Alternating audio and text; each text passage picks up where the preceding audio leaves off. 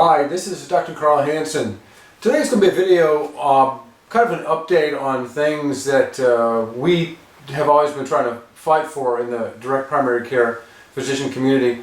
And one of the main aspects that people have as far as problems with the healthcare system is there's no transparency. You don't know what things cost. Everything's opaque. You can't find out exactly how much it's going to cost. How much is going to come out of pocket.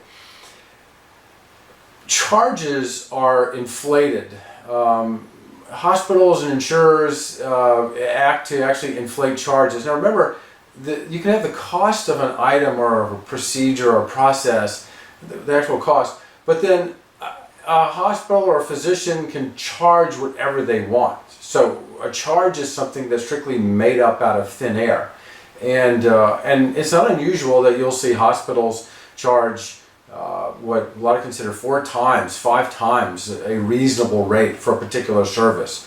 We all know about the stories about the $100 aspirin, but that is in fact infused throughout the entire system. But we never can find this out. I mean, the physicians can somewhat if we really dig, because we kind of know the ropes. Patients don't have a chance of fighting this system. Well, the current administration, Trump administration, has enacted through CMS, the Center for Medicare and Medicaid Services, a transparency rule. And what that is, it's a system where the hospitals are going to be made to be transparent and give a meaningful price. In other words, to be able to post online what the prices are for various things. So there's going to be online posting of price information about a whole series of procedures, etc. The second thing that the transparency rule is going to do is that they're going to have to post the negotiated prices. The negotiated prices are the prices that they negotiate with an insurance company. So every insurance company negotiates a different price with the hospital for a certain procedure, for a hernia surgery, for a bottle of a certain medicines, etc. So there's a negotiated price. Now, the hospital insurance companies sign a non-disclosure agreement. If you're insured by a particular insurance company and you want to just call and say, all right, what's going to be the charge for this? They're going to say, we cannot disclose to you the price negotiated between the insurance company and the hospital. Well, what's that all about?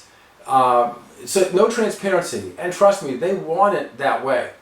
The other thing is they're going to have to post the discounted cash price. So if they have a price that is a cash on the barrelhead price, hopefully that's lower than any of the other prices. Why?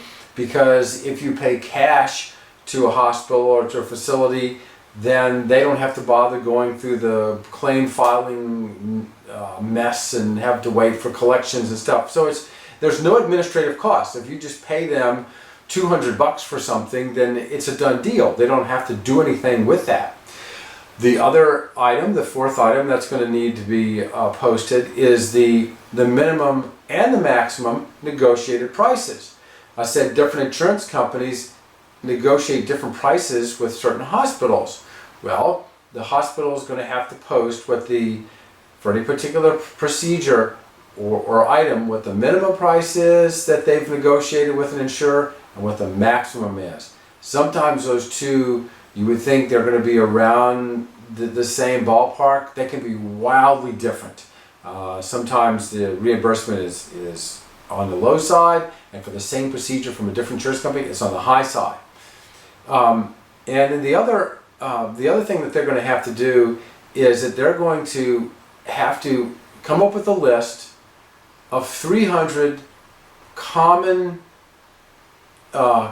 use type of things, such as labs and x-rays and MRIs, etc., stuff like that, that they'll actually be able to have to post what those prices are for these common items, the stuff that we tend to use a lot, and so it's easier to shop around and find. Well, So intuitively, this seems to make sense. Yeah, we'll support transparency.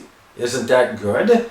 Certainly keeping things under the cloak of secrecy doesn't seem to be working out too well for the patients. It seems to be working out well for the insurance companies and the hospitals, however.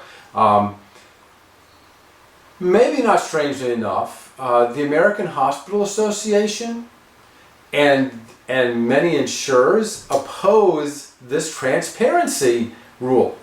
They actually are suing the government to state that we should not have to post our prices. Now, they're actually suing the government so they could keep this cloak of secrecy, so that you are blindsided by what the prices and what the charges are for these things.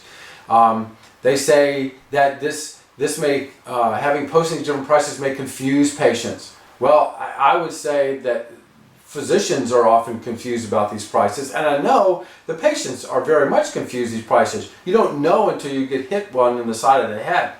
And they also say that, well, it's the hospital association in the suit is going to say that it doesn't necessarily address what our out-of-pocket expenses for a particular patient is going to be. Well, fine. Go ahead and add that then to the transparent disclosure. It should be anyway. So the good news is that finally somebody up in DC has pushed for transparency. We've done it at Direct Primary Care. You know exactly what the membership fees are and what all my prices are. I think that's important. I think that's part of the trusting relationship. The hospital insurance industry is not about the patient per se. Remember, they have bottom lines and they have certain mechanisms they have to go through. So anyway, that's the good news. I just want to let you all know that by the orders and leadership of this administration, the Trump administration, and CMS leader Verma, that we are actually making inroads and strides into transparency. So this will help in the long run. Maybe a little bit gritty at first as we're trying to settle this in, but soon, maybe within a year, and we're talking right now in fall of 2019, maybe within a year you'll be able to go online and just see in simple form what the prices are for these things. So anyway, thanks for listening.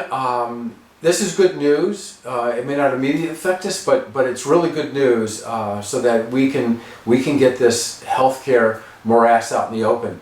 All right, thanks for listening, and we'll be back with more. Don't forget to like us and subscribe. Also, please remember to go ahead and share this video.